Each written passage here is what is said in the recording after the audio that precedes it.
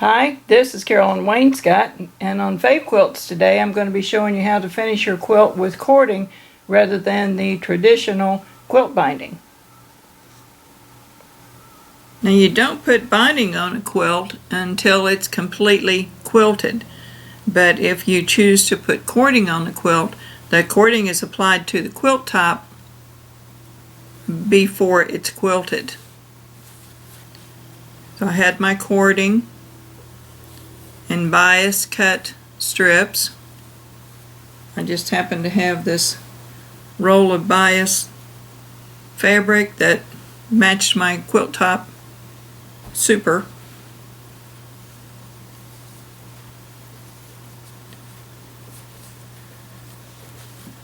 Had my quilt top done. Place raw edge of the fabric to the raw edge of your quilt top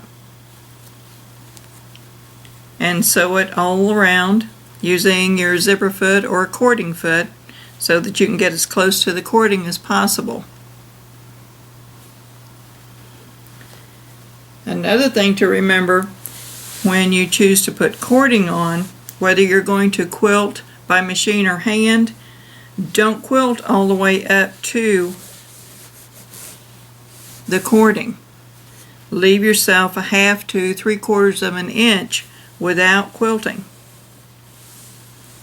That's to allow space for your back to be folded in and machine stitched.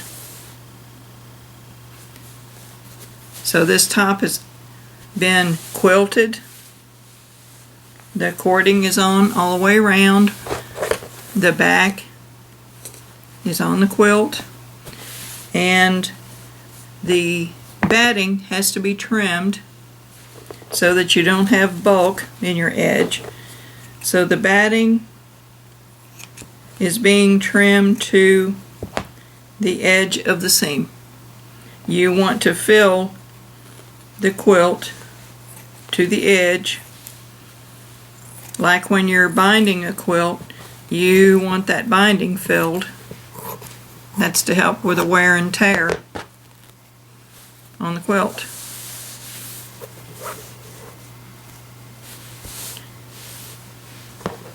After the batting is trimmed back, I'm going to take my straight edge ruler. I'm allowing 1/2 inch from the edge of the cording .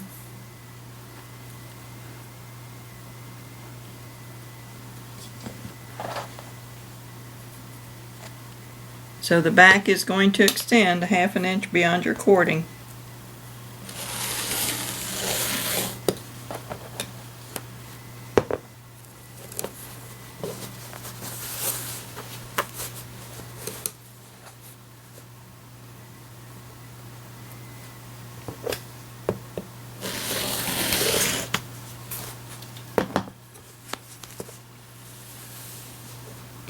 So as soon as I finish trimming out the batting all around and the backing, we are ready to turn in the back, the 1/2 inch. This is why you're leaving the 1/2 inch clear and not quilting up to the edge. I'm folding the back over the batting. And I'm going to go back and machine stitch all around, and the quilt will be done. In order to make it a little easier to apply the cording, I rounded the corners of the quilt so that the cording would lay nice and flat. Another thing to remember, whether you are hand or machine quilting, you need to make sure that your back of your quilt is a couple of inches larger than the quilt all the way around. That way, if the quilt top stretches, you have plenty of room for your back. In this case, with the cording treatment, it is crucial to have at least this 1/2 inch, and I'm having to trim out more in order to have a really nice finish on the back. So I'm coming down to the home stretch with finishing up the back of the quilt onto the front. The batting was trimmed back, remember. The back of the quilt have a 1/2 inch that I'm folding back. Here's my cording and the front of the quilt. I'm using my zipper foot so that I can get a nice close stitch to the cording.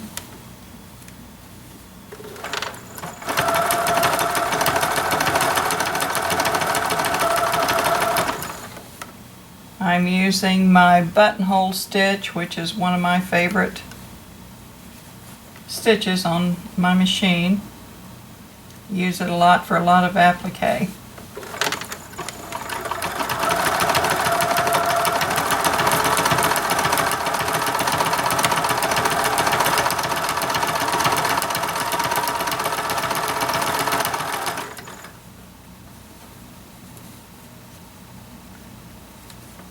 And I used very little pins to pin this back.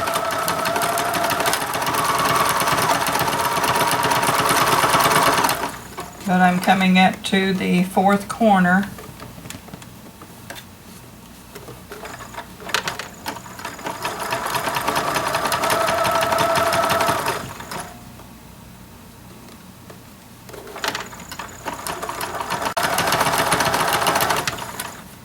My machine is in the needle down position.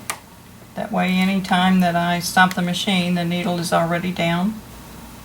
And see how much nicer the cording is going to lay by having rounded the corners of the quilt rather than the squared corner.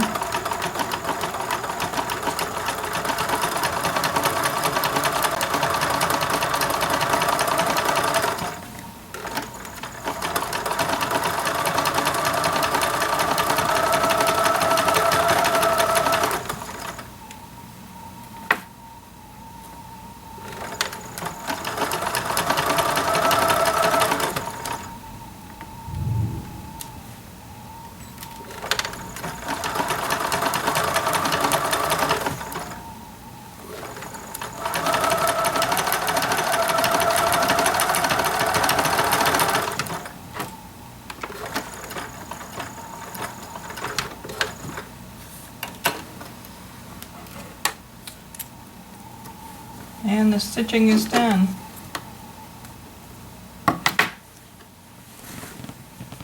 There's the buttonhole stitch, the back, and I use the same color thread on the front and the bobbin.